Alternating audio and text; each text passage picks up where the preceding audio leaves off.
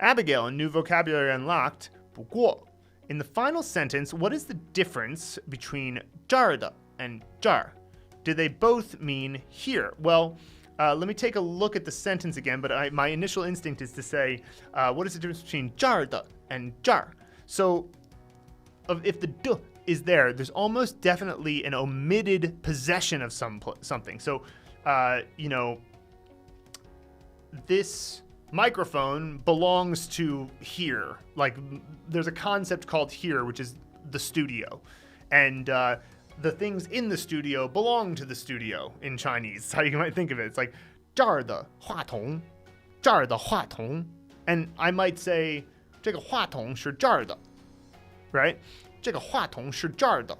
And that would mean like it belongs here. And whereas 这儿 by itself is just here.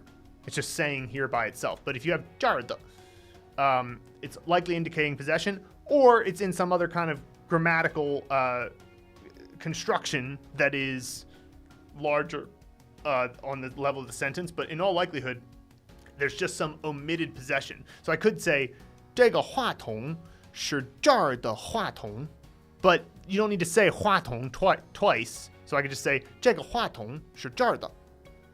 这个话筒是我的. 这个话筒是我的话筒. Well, why do I have to say 话筒 twice if I'm saying it's my microphone? Why would I have to say it twice? There's no need. You can just omit it the second time. So that's usually what you'll find with 的 if there's nothing after it.